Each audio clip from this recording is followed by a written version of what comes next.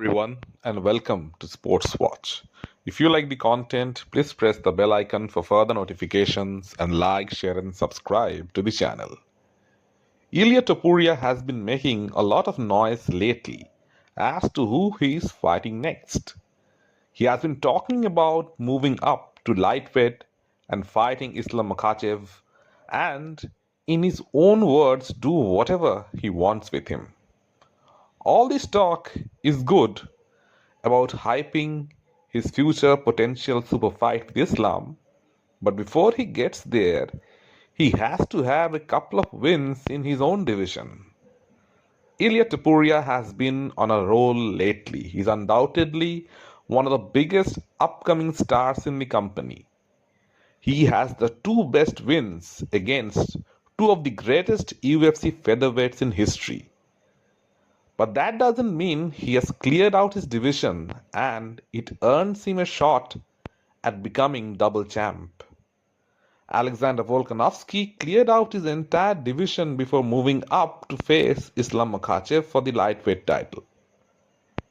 Max Holloway beat everyone for nearly a decade apart from Volk. So who has Topuria beaten and how long has he been in featherweight division? He was fast forwarded to a title shot. He got a shot for the title by beating Josh Emmett, by beating Ryan Hall and Jai Herbert. These guys aren't elite by any stretch. But granted, he made the best use of his opportunity to win the belt by beating two legends back to back. But to solidify his legacy, he has to run through his division. He still has not agreed to his rematch with Volkanovski. He has said it in multiple interviews that if anyone deserves to fight for the belt, then it's him. But when it comes to negotiating, he still hasn't signed the contract. In the meantime, he has been running his mouth.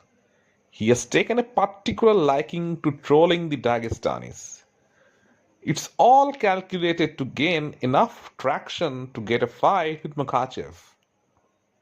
Ever since Merab beat Umar for the bantamweight title, the narrative has become like the Georgians or the Kryptonites for the Dagestanis. It has been made to sound like Merab blew Umar out of the water. But in reality, it was a very close fight, which he won 3 rounds to 2. And the third round was extremely close. And like Joe Rogan said, arguments can be made that Umar won that round. So a great win by a narrow margin has now been blown way out of proportion.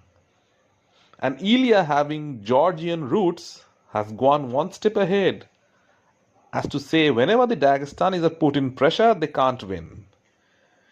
They want to dominate with their wrestling, but if someone can stop them, then they are lost. And referring to Islam, he believes that if they are to fight, he only needs one right hand to connect, and that would be it. And his behavior as if Islam's wrestling isn't really a factor. Is Ilia Topuria really a one-punch knockout artist? Out of his 16 victories, 6 have been by the way of knockout and 8 have been by submissions. So going by that fact, he has a better chance at submission than knockout. And Ilia needs a combination of punches to knock guys out. Both Volkanovski and Holloway decided to stand with him and got caught with their backs to the fence. How would he do with someone who decides to wrestle with him? How about a guy named Movsar Evloev, who is currently on a 9-fight win streak in the UFC and is in line for a featherweight title shot? Topuria suggested that he wins most of his fights by decision and he isn't exciting enough. But Evloev has 3 knockouts in his resume compared to Ilia's 6. So that's not a high percentage for either. The Evloev fight might also show how great a wrestler Ilia is. His coaches have said that no one has been able to out wrestle him in the gym. So why not put that skill on display for everyone to see? By that way, the fight with Islam would become undeniable, and the narrative of the Georgian beating a Dagestani would become even more alluring. But Ilya knows the trouble that comes with Evloev. It's a tough fight for 25 minutes for not too much of money. Then what about Diego Lopez? Another guy who isn't shy to stand and trade with him. And his jiu-jitsu isn't bad either. He smoked Brian Ortega, went to war with Evloev on short notice. Maybe that fight would be next for him. Lopez is dangerous and has knockout power in both hands. Topuria has carefully dodged his way out of the fights in his own weight class and is looking for fights in other divisions. He's calling out Dustin Poirier, a guy who, according to him, fights to the death. Again, Dustin has one fight left in the UFC, as he has stated. He's one of the best strikers at lightweight and, of course, one of the best fighters as well.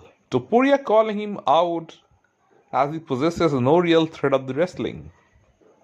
But the UFC wouldn't allow that fight to take place because Dustin Poirier is a big lightweight and he has all the skills in the world to beat Ilia. That's a tough fight for anyone. The same with Justin Gaethje. And even Charles Oliviera loves to trade and gets hit multiple times in his fights. Ilia is banking on himself to land first and knock these guys out.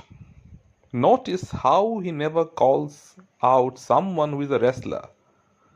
Say for instance Arman Tsarukyan. Beating Arman Tsarukyan would guarantee him a title shot. But Arman is a great wrestler himself. Topuria is trying his best to find the easiest route to a second belt. The lightweight champion Islam Makhachev has, however, stated that he is not willing to give him a shot right away. He has to win a couple of more fights before he can entertain that fight.